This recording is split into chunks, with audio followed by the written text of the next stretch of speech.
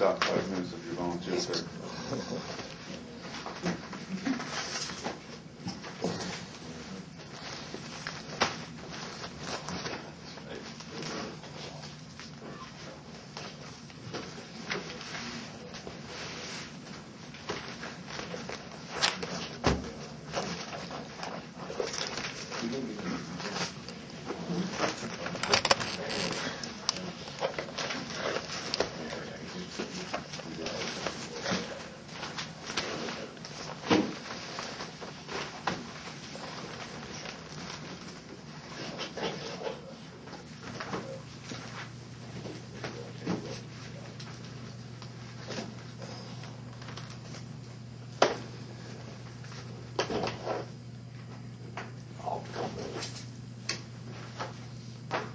Patriots or Bucks, least Lions.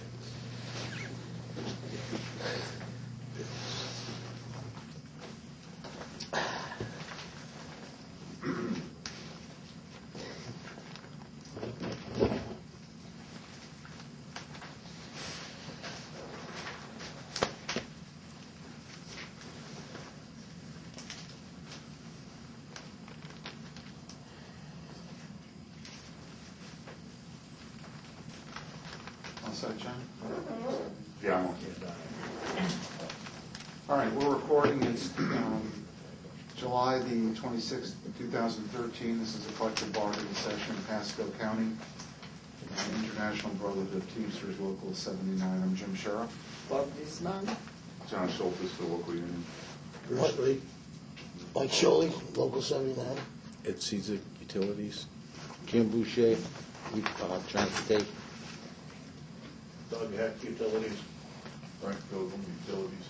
Warren Johnson, Utilities. Tom Longer, Police. Tom Joe, Facilities Management. Got a quick question before we get started. I've had about maybe 10 to 15 people approach me telling me that their supervisors are telling them that the reason the insurance is going up 3% is because the union's asking for $1 an hour, and that if the union wasn't asking for $1 an hour, the insurance wouldn't go up. Who said that the insurance is going up? And that's what everybody's hearing throughout the county. I sent out an email saying that the rates are exactly the same, and Jamie also sent out an email. Well, maybe this was before they got that. How long ago did you send the email out? I could check, but About a month ago. Okay, well, because I and guess it's gone to the board. I guess this is what the employees, they just approached me and Well, they're this. making up stuff. Okay, well, then Can we find out what supervisors, I'll check into it. that's probably the most But, important. yeah, I've sent stuff out, Okay. and I will. Well, probably what the problem is a lot of them don't have access to the county email, so. Whenever we send something out for everybody, we tell the department division head secretaries to distribute it to the people in the field. If you guys are not getting, Well, I have my information. computer, so I have access to email anyway. Okay, but that's a concern we have. How about the utilities guys? Do you guys, The email I got said the county was going self-insured, right? and that And the rates didn't change. Blue Cross Blue, I don't remember if it said that, but it said Blue Cross Blue Shield is going to be like an administrator. Facility. No change. No change. But if the supervisor's saying it, that ain't right. Yeah, I'll check into it. Doesn't Pasco County have a thing about starting rumors? You start rumors, you're disciplined.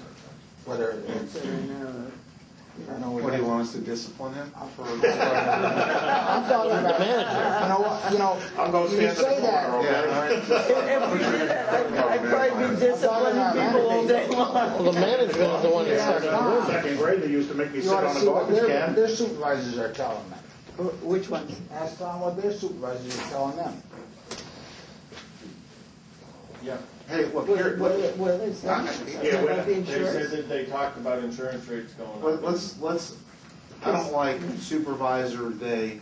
Who we talking about? Give us a name. Give us names. Because we want to We'll backtrack. follow up. Diane got you. I just have a question on what you mentioned, Robert. You put out these, I guess what is sent out on the internet or intranet, you keep them and put them out in all departments, or? It's what we call a Pasco BOCC. Anybody with computer access gets it. And like I said, we have guys out in the field, whether it's utilities, parks, some other departments where not everybody has access. So we tell the secretaries to like post it on a bulletin board, distribute it. It's not handed out individually, it's posted on a bulletin board. I'm not sure what every department does, but they're told to distribute it to their people. So, I'm just and that's a wondering how, concern I have, because if I send out something that's important, like the insurance is not going up, that's an important thing, I want everybody to know. You know, it would be. I know, I understand that, and I'm just wondering, how does the county know who has internet access and who doesn't? And if it's put up on a bulletin Well, board for the entire IT knows department that. to see, I get it, Yeah, IT knows who has it, has access, but, I mean, that's something, if the guys in the field, and of course, sometimes you send stuff out and people don't read it, and I can't govern that. But, that's a concern that I have, that is that not everybody gets all the information, whatever I need to do, Yeah, it's an issue for him, that ain't good, I'm saying. Yeah, and so Diane you heard that from Diane Garfield? Yeah, Okay. she heard it at a supervisor meeting. In the supervisor meeting. That's what she told us at our meeting that we had. Because the rates they just weren't going up at all. They were flat. So I'm not sure how she even interpreted that. Well, it's Now, obviously just a fictitious rumor. I mean, obviously, you put out the information that they're not going up. So for someone to say they are going up and then blaming the union for it, then it's just someone with anti-union sentiment that's perpetuating a rumor. There's no basis for it. So we asked the question, why would someone be doing that? Because obviously they want to, start a rumor. I mean, why do people start rumors? I have no idea. but you're in a different department. I'm in utilities. But Garfield was in fleet, right? But, Doug, you heard it from another source. Yeah, I heard it so- from people coming up to me, So who'd you hear from? just employees, but they did not name their specific supervisors. I can go back and check. It was told to all of us in Fleet in the meeting that she was at. So anybody in Fleet could have talked to anybody in any department and told them. Okay. Are we ready to talk about, All right, well, we've established it's not true, right? You comfortable with that? Yes. Okay. I saw the email myself. And we're going to be sending, as a matter of fact, I have something on my desk to look at. We're going to be sending out more information because, you can't say that stuff often enough. You need to.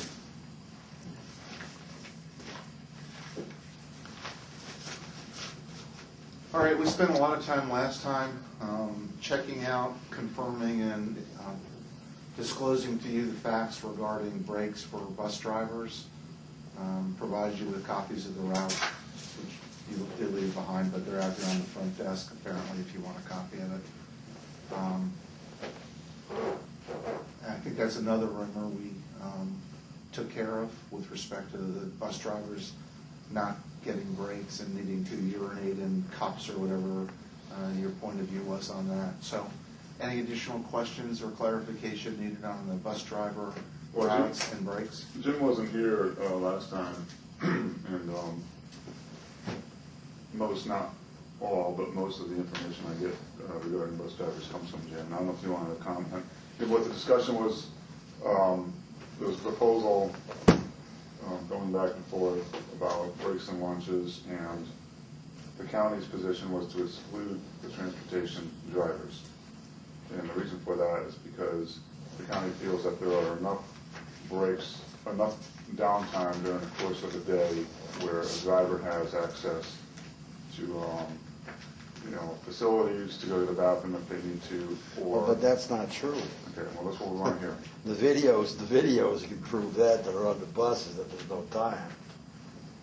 According to Mike Carroll, there's what, time for break once an hour? Is that- On average, every 30 minutes.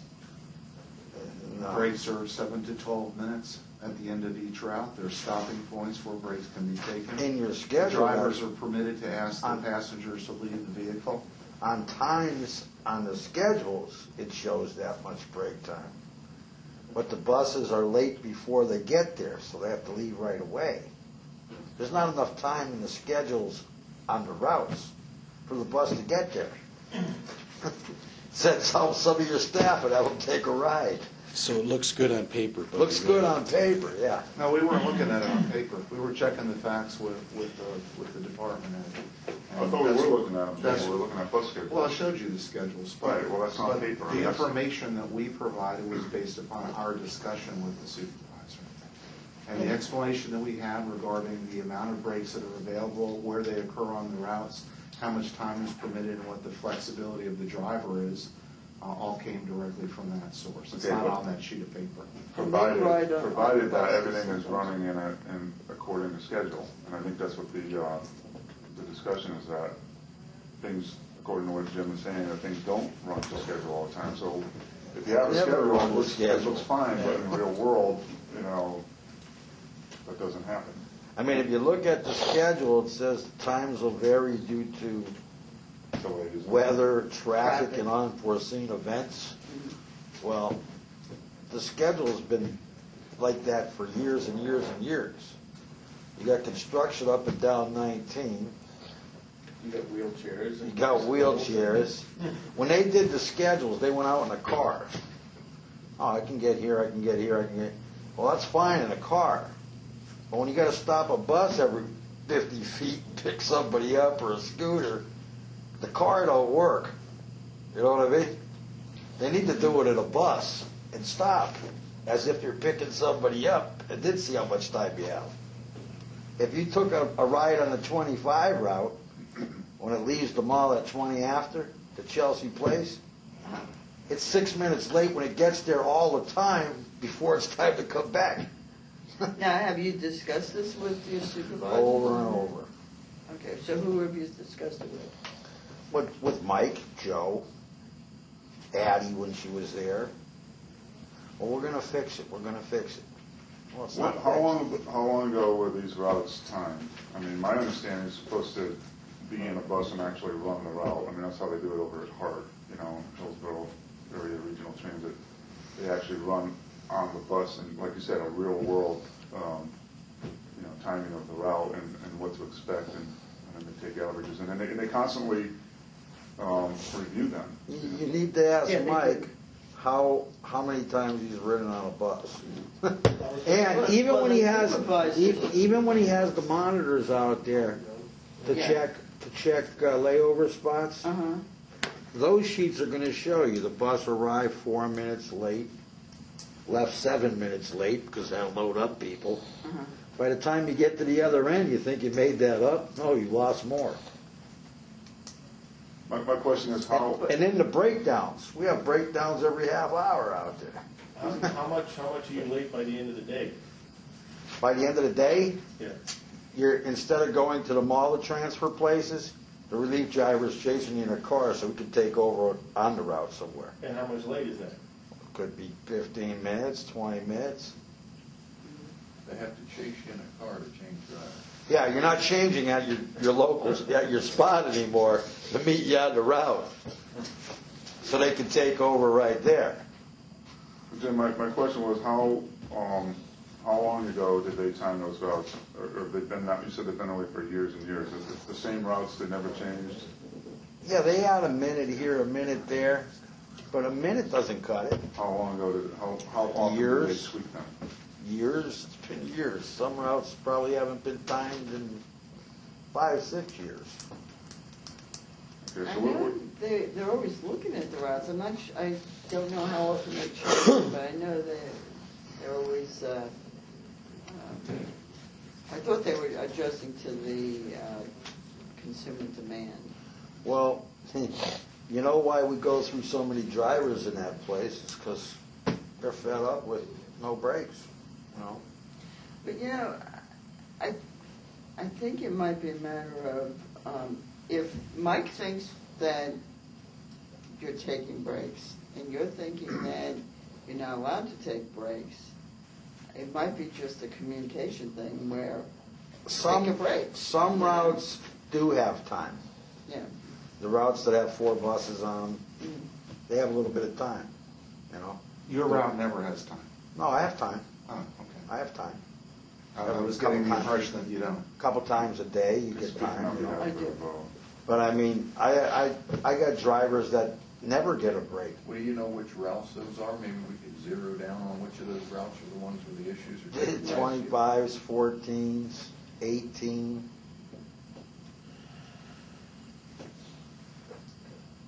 Let me ask this question, your route and the ones that are. 21 on night shift. The ones that are running smoothly, is it an accurate statement to say that every 30 minutes you get 7 to 12 minutes, you get a break? You might get 5 every other hour. Okay, well, the statement was made by the county that you're able to take breaks every 30 minutes, On average, no, I said on average every 30 minutes. right? Okay. Well, the On bus- average, breaks you're allowed last to take a 7 to break 12. every 30 minutes. Those The breaks routes are 2 average hours. 7 to 12 minutes. So, on average, the county is saying, on average, every 30 minutes, you get a break lasting, on average, from 7 to 12 minutes. Is that Every right? 30 minutes. Right, every half No, hour. no. So that would say, that would mean on average, every hour, you get 14 to 24 minutes of a break, on average. No. Okay, where does that average derive from? I mean, a week? I'm like, well, if that breaks down for an hour and that's considered a break. And I'm not trying to be sarcastic, but I mean, that's a pretty bold statement that once every hour, a driver gets anywhere from 14 to 24 minutes. That's almost a half hour every hour. It Yeah. it doesn't sound right, you know? No. If you ask the passengers that miss their connections because the bus can't wait for the other one to get there to try and stay on time, they'll tell you, because they're waiting 2 hours more for another bus. And, you know, I understand that transportation is just it seems to be like it's not an exact science, man, because you just cannot figure all the variables. Yeah. You know, and that's just true with any facet of transportation. You never really know what's coming up on the route. You know, you could have 3 wheelchairs in a row, one getting off, one getting on, you gotta Yeah. strap them all down. You're looking at 3-4 minutes right there. Then the traffic lights, and then God bless the fire department with their clicker. Yeah. You know, you get Ridge Road or something, 19, they do their thing there. Yeah, Then you got 8 minutes at that light. 8 minutes, you could be halfway down Little Road, but you're still at 19. You know? So the biggest, source of the issue of not having any kind of breaks or even a regular lunch is coming from the very department that you're saying, shouldn't have them mentioned in the CBA. It seems like it's not that big of an issue throughout the rest of the workforce. By and large, I mean, there are some pockets that workers feel like it's not getting breaks regularly anyway. Well, they want to be comped for their time because they feel that they're. Well, John, our point is you can't write a contract clause that covers the variable nature of breaks in all the departments because of the nature of the workforce. That's our point. Okay, but do you believe that the employees that are in the transit department should be entitled to breaks just as much as anyone else? Sure, and I think they're getting them. I think we're told there's a system in place to accommodate that. and breaks are paid anyway. I understand that, So but- to pay them for not, Based on the comments that on average every hour that employees get breaks on average lasting anywhere from 14 to 24 minutes, you don't think that sounds a little bit unusual? I mean, I've never known a place to give a 24-minute break every 30 minutes. I've never known a place to do that, and I just think it's highly unusual that we'd be getting some complaints Did you find that at least a bit unusual? It was more than I thought. I'll be honest with you. And that's, at least we're on the same page with that. Barbara, Mike will tell you, take a break if you need to use the restroom. Right.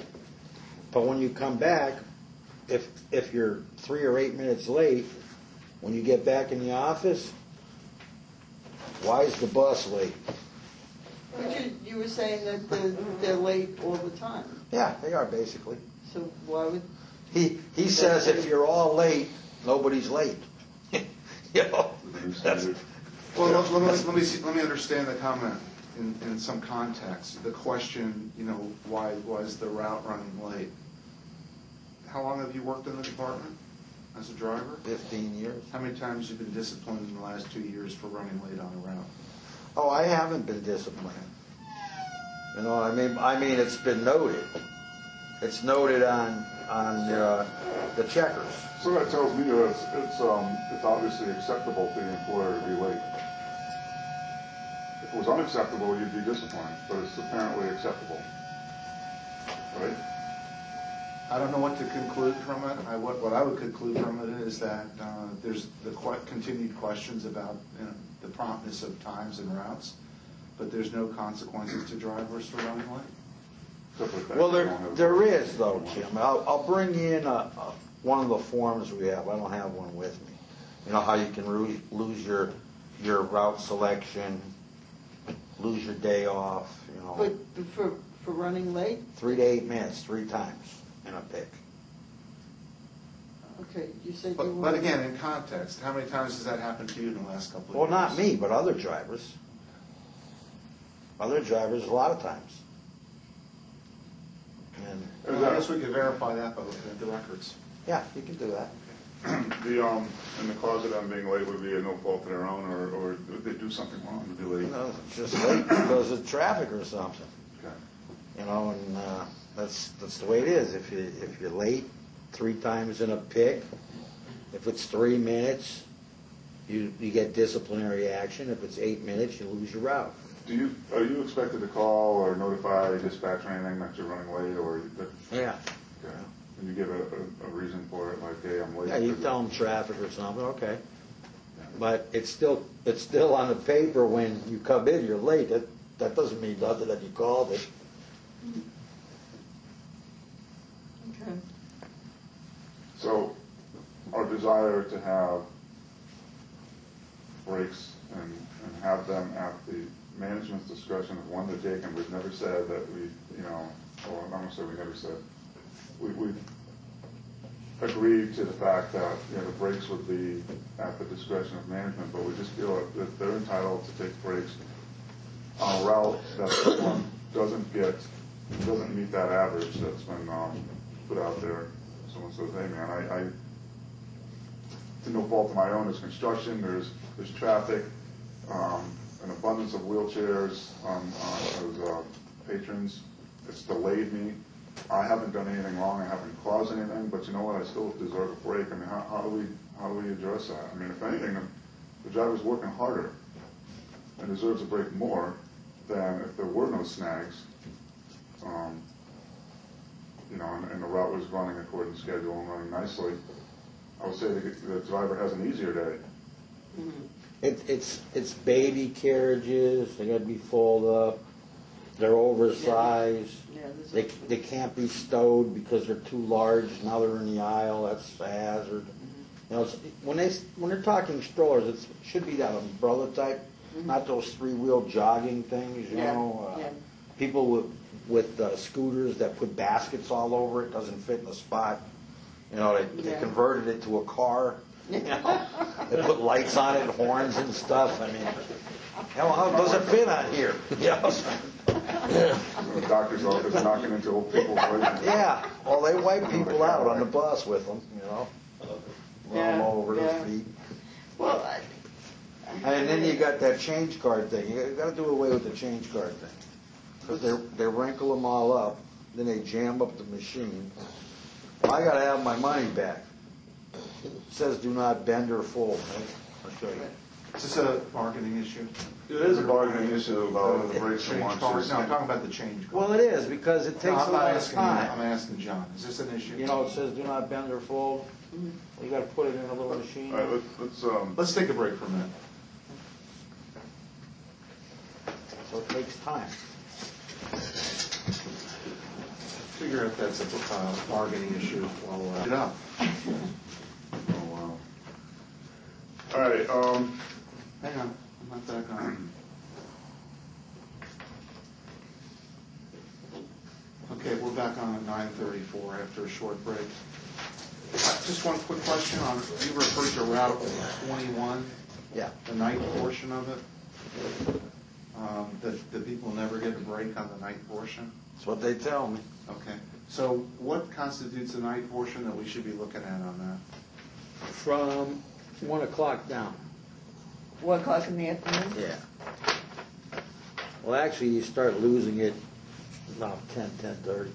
Okay, so it's And not you really don't- night. you don't we're make those thinking night. connections. So we should look at the records for the entire route. Yeah. Okay. Okay, See when they make their connections with the 19s at the mall or. all right, we'll check that out. Okay, so it's 25, 14, 18, 21. Now, you get the 23 that goes by the government center here, but they don't haul anybody. So Okay. they got a pretty good break. They get like an 18-minute break Okay. every 2 hours. since it was the county's idea to exclude transportation department, transportation drivers from having breaks and lunch, you're the ones that, put a spotlight on them. And you believe that these drivers are able to take breaks on average every 30 minutes, lasting 7 to 12 minutes. Can we put in a standard that if they don't meet that average benchmark, then they would be allowed to take a break? Because you're saying when things are running, and even Jim said, I guess, that on his route, he doesn't necessarily have a problem. He's here representing his entire work group, and so would the county be opposed to putting that benchmark in there? I don't, my idea is just all employees, but again, you guys funneled it to exclude a certain group. So if we're going to exclude a certain group based on the standard, then we'll say if they don't meet the standard, then they're allowed to take breaks to make up the difference. Well, I think we both agreed that that was more breaks than we thought they had, or even needed. I think I we mean- both agree that it's what I agree to is that it's suspect. It seems peculiar that I don't believe So that people are getting that many. Jim, let me ask Jim, when your route is going smooth and you're not delayed anywhere and it's a perfect run, Tomorrow. tomorrow will be like that? Okay. Will you take breaks on average every half hour lasting 7 to 12 minutes? Would you get those breaks? On Saturdays, really light, so I could probably get 9 minutes, 10, something. Okay, well, that's between 7 and 12. And that's on a Saturday, though, and only a Saturday, but not the weekdays. Mostly. The first run, everybody will get a break. After people start coming out, things slow down. You know what I mean? Once all those traffic lights aren't blinking anymore, That's when they start slowing down. things start slowing down. And you got, if you got like, take that 25 route right there, it's got like probably 28 minutes to get from Gulfview Mall to Chelsea Place. There's like 27 traffic lights each way. You know what I mean? All right, I'm going to get back to the subject. So if this is what, these drivers are realizing in the way of breaks, I'm not opposed, and I agree that, wow, they do get a lot of time off. So the union's response is that if that's what it is, that's fine. If that's not what it is, then they need to make a difference. It's a fair response. Yeah, and we're going to circle back with department management. We're going to ask for clarification based upon what we've heard. We're going to ask the department to take a look at their protocols that are a combination of both route timing and driver convenience and safety, and see if any additional protocols need to be written at the departmental level, and share those with you. Okay, and if it turns out that they're not getting that, what happens then? we'll cross that bridge when we get to it. What we'll probably ask them to do is to check and provide us with more detail on dispatch information and break information, and monitor if necessary. Okay, well, my point is that our proposal is actually proposing less time than what they're supposedly getting. When we say 2 15-minute breaks, what you're saying, they're getting on average 7 to 12, several times a day, every half hour. So if one or two things, our proposal should be adequate if what you're telling us is accurate, and if it's not accurate at this time, but you're going to go about fixing it, then if you get that standard back up, that's well within the guidelines of our proposal. In fact, it's a heck of a lot more. So would the county be willing to agree to our proposal on breaks if we... Once we verify what the facts are, we'll let you know. Can I interject something, Joe? When you say you get these breaks, okay, you're still at the hub. You're not really getting a whole break. You got people coming up to you asking you stuff all the time. You're writing out schedules. That's all in this time that you supposedly have.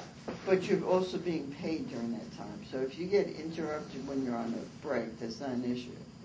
If Not an issue for you. I mean, how do you call something a break if you're not getting a true break? Because you're still on the clock.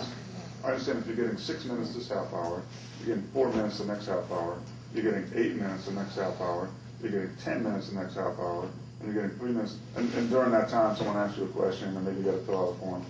I agree over the course of a whole day, I'm sure it adds up to 2 15-minute breaks. It sounds to me.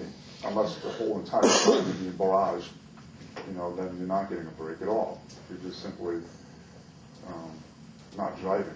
You're on duty, not driving, Yeah, that's what it is. You're on duty, not driving. I mean, it's not like you have the luxury to go down the hallway into a break room and talk with your co-worker and not have people running over to you. Oh, I got to get this bus. I'm going to get this bus. When's that bus coming? Can you write this out for me on the schedule? I don't understand nothing. You know what I mean? I'm new here. I'm from New York. Stuff like that. It's just it takes time. When people ask questions, that takes time. All right, so it's safe to say that we have to put this proposal on hold, I guess, until you guys do a little bit of research on your end. I think it's safe to say there's nothing to sign off today, huh? What about the bathrooms when you're on these supposed breaks? Do you have enough time to go to the bathroom? Well, I have the beach. Well, some of the other drivers that are... Well, they don't. They don't They get to have. the bathroom? Well, when they get to the mall, if they get time to run in there, they'll do that. But not every route goes by the mall. No. Okay, what about the routes that don't go by the mall? Well, They get to go to the bathroom. 18. If they have time, they could go to Kmart, or they could go to the Chamber of Commerce down in Tarpon. Or the 19s could go to the firehouse down there. But you're talking, it's a distance. You know what I mean? It's a block and a half away from where they got to park. Do you maintain a driver's log? But as for times, Yeah, of course. no. We don't have to do that. That's what a log would be. Well, no, we have other types of logs. What's in your log? The pre-trips and everything. What is? The pre-trips. It's not, You don't fill out a DOT log. no, it's not a DOT You don't log. drive more than 100 miles from your domicile. Well, you do, but you don't. You go more than 100 miles out from where you're... No, the whole day's that, so you're not. Yeah, you're no, I'm not doing talking it. about driving around a circle all day long. I'm talking about No, the way the crow no. flies, 100 miles kind of... No, ours is NASCAR. So you do a driver vehicle inspection report, kind Yeah. of like post and pre? Not a book like you. Yeah, we got both. So I mean, during the course of the day, you do not log down on duty, not like we talked about. Yeah, like on the duty, not brakes driving. and everything. And, Yeah. we don't have that. It's exempt. You monitor your times by calling dispatch, right? When you get to a certain point, when you get to these stops, if this were your route. The driver would... If we're doing a survey, we don't call that every time. How often do you do surveys? couple times a week, some routes. And those surveys have determined whether you're running on time or not, or? No, I determine how many passengers you're picking up Okay. locations. It's more of a ridership thing. Now, they do that in writing, when they do a survey, they do it in writing or they call it in? No, we have a survey sheet. Okay. Does that have times on it?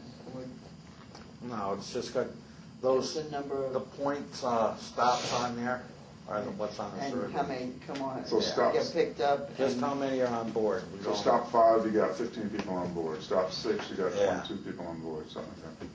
We don't Doesn't count say them how when much they're time. picking, when we put them on, only at the checkpoints, how many are on board. All right, can we move along to another subject? Sure. Last time we got together on June 24th, we rattled off a list of open articles. Since we did not TA anything since then, the list should be the same, right?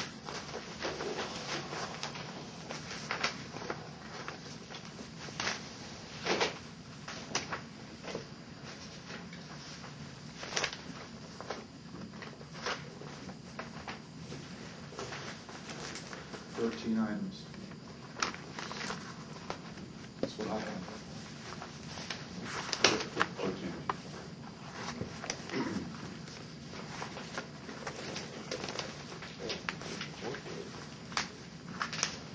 You have 14? You said, oh, I got 14. Was it 13 or 14? I'll read off the numbers I have, numerical order. 3, 9, 10, 19, 23, 30, 31, 42, 43, 48, 49, 56, and then what I referred to as Article X, which I believe was discipline, just unnumbered. What I've about got- 45? Yeah, I've got 19, including the layoff and recall provisions of 45. Right, but we have Article 19.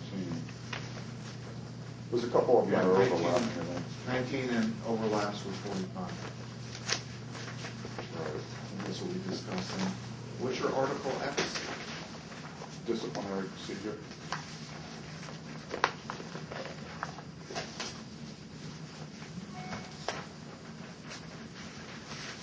You don't have a copy of that? I'll pass it on information. Okay. May 23rd? Yeah. I didn't title it X, I just, Which just says disciplinary procedure. there's no number listed. 42. All right, can we talk about our favorite subject in the whole world? You know what that is? I can't even imagine. I heard it, seniority. Yeah. And listen, guys, I'm just, just like you, we're trying to get a contract, and, You have anything newer So than this- 30? each of my times over and over again, how important seniority is to the employees, and how important it is to getting a ratified agreement. We have, on May 23rd, presented to you language that was nearly identical to what is in the Hernando County agreement. And my record reflects on June 24th, it just basically said that if you're not interested in Anything newer that. than that? You guys get down.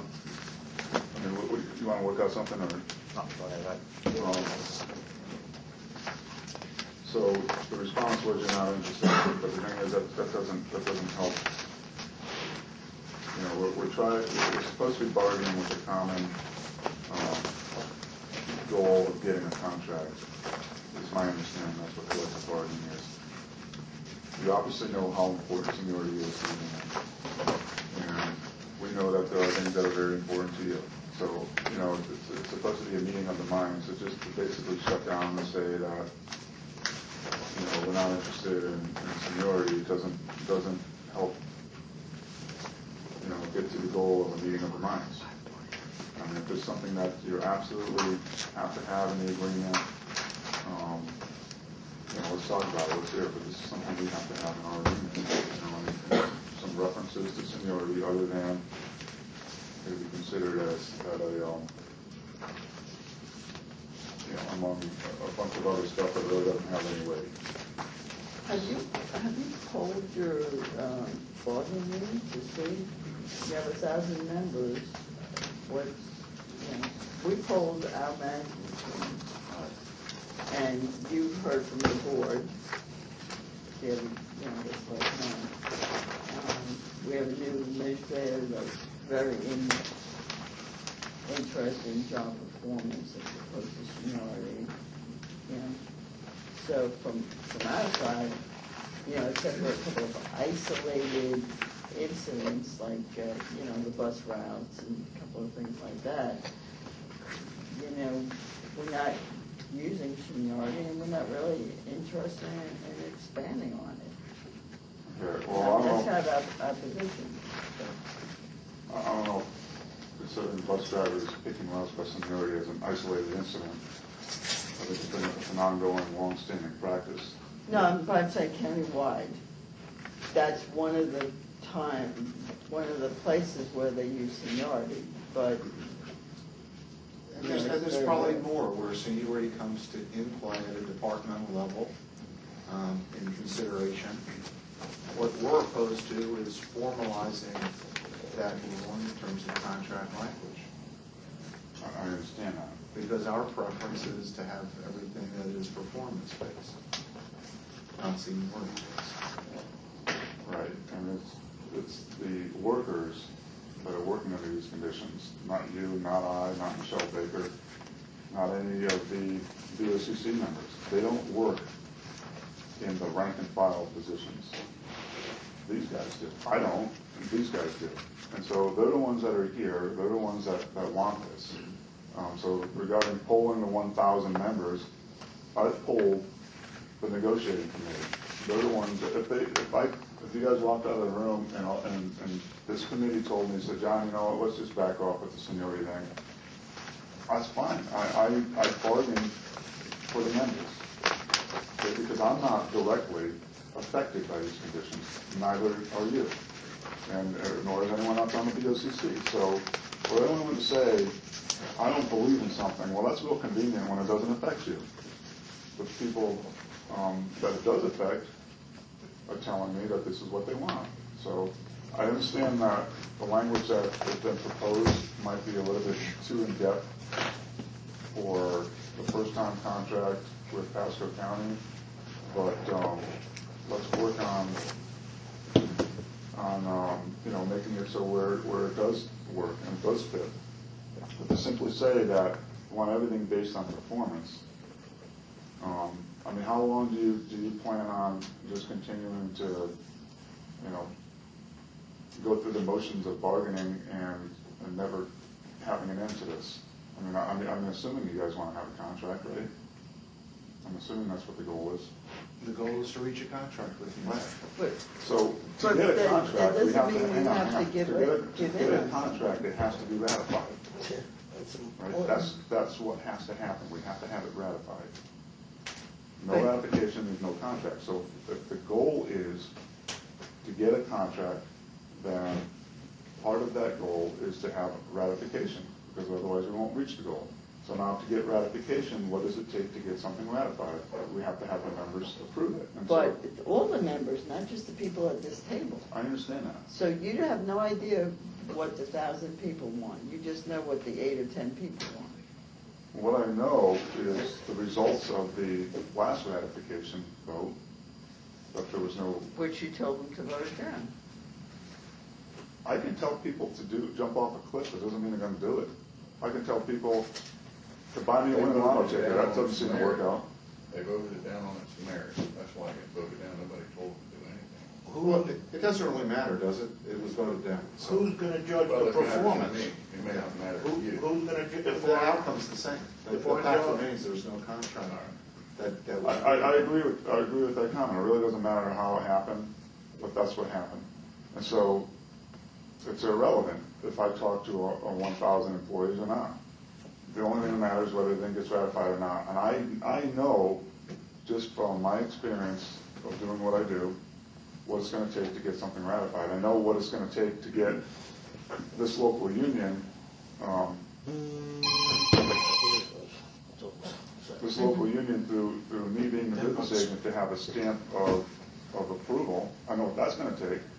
Whether that holds weight out in the masses or not, I guess that, so we got to get through the gate before we get to the field, And so this whole committee here is, we're willing to put our stamp of approval on something, and we can pretty much assure you that if we do put our stamp of approval on something, that it'll come back with a positive ratification vote.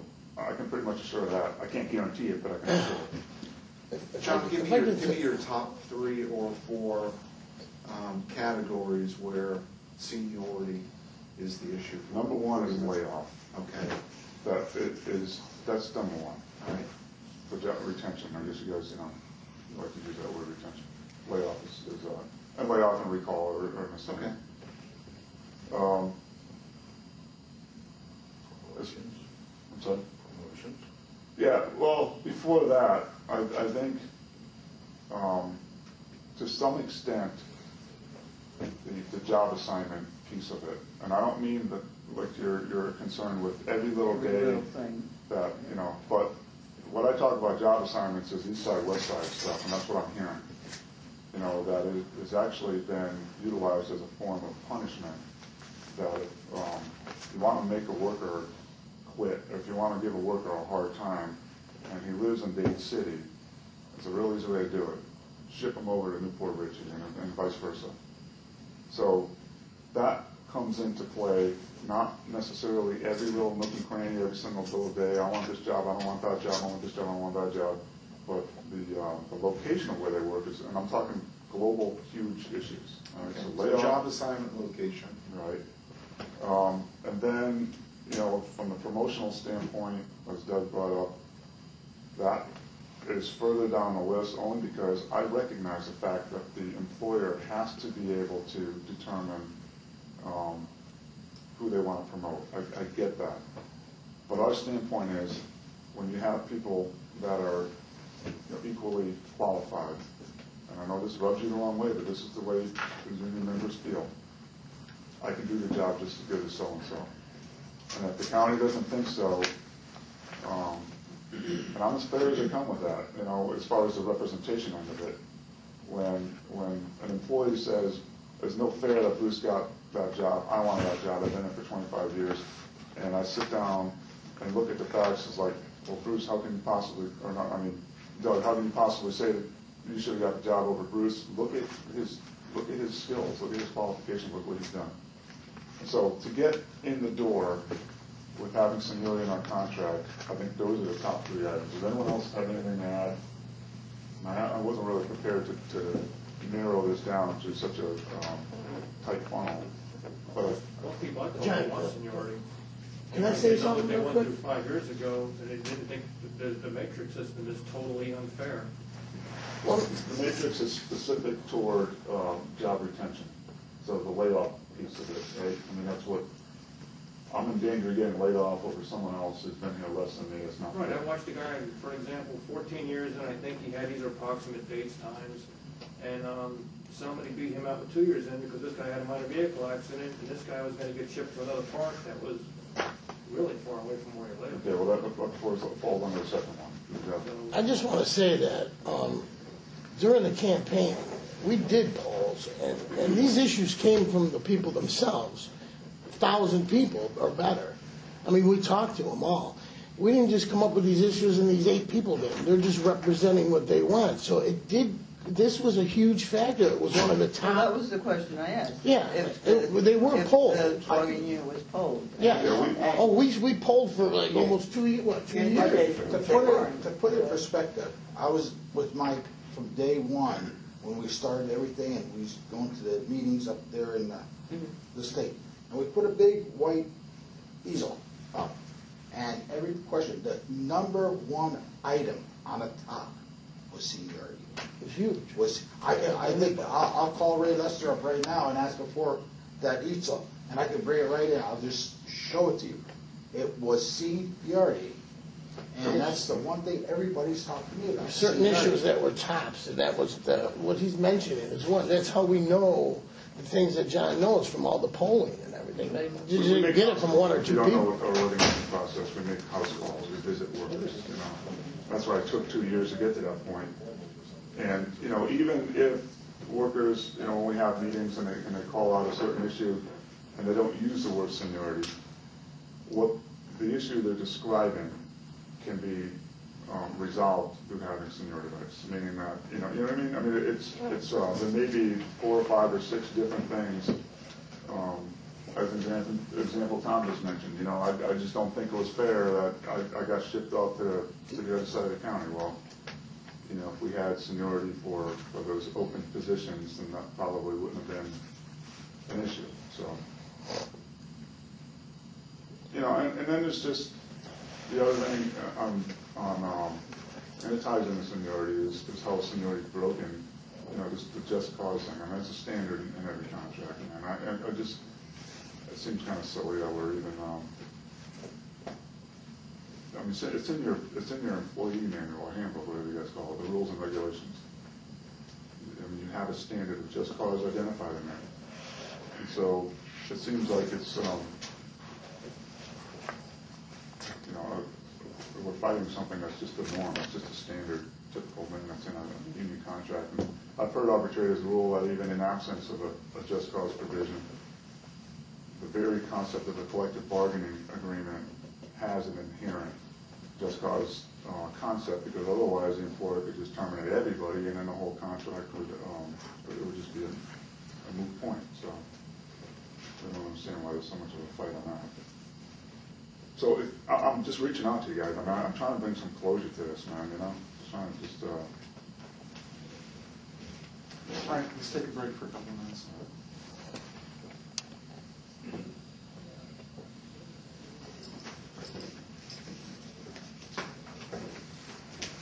We're gonna blow it away pretty soon.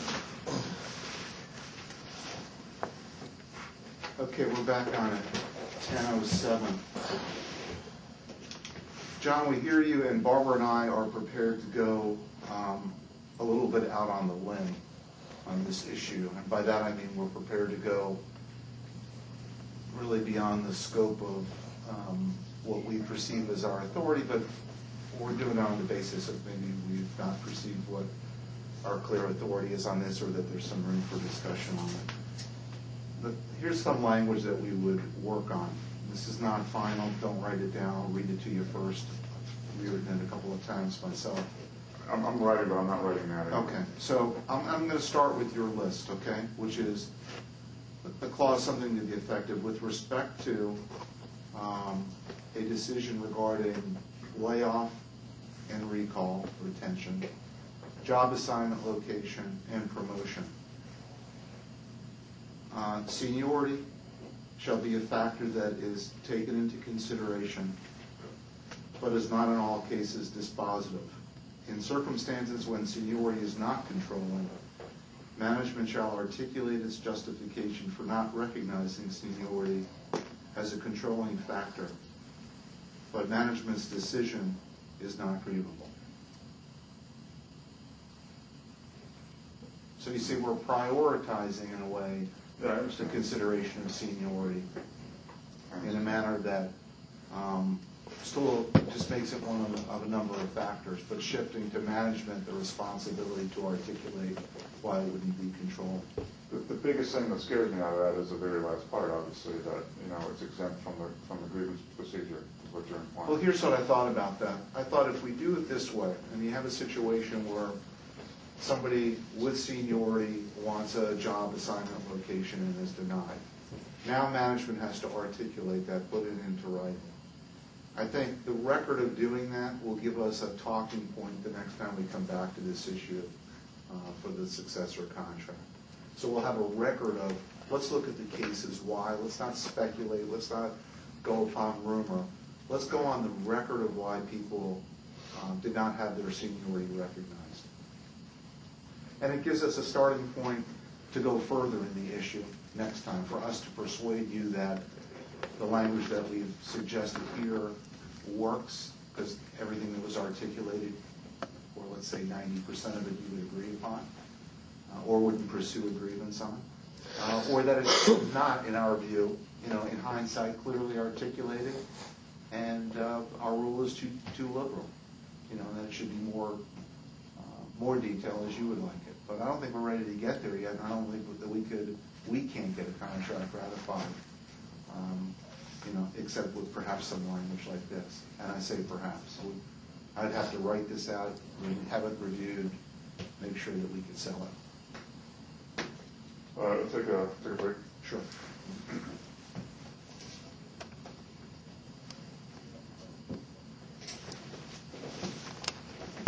Ms. DeSimone say that the union paid it as a flat fee, but do we have an overall cost to the county for those employees? That's what you need. You have to show. It really depends on the activity, because every time somebody's added or deletes it, then that's time spent on behalf of staff. So if everybody joins at the same time and nobody moves, that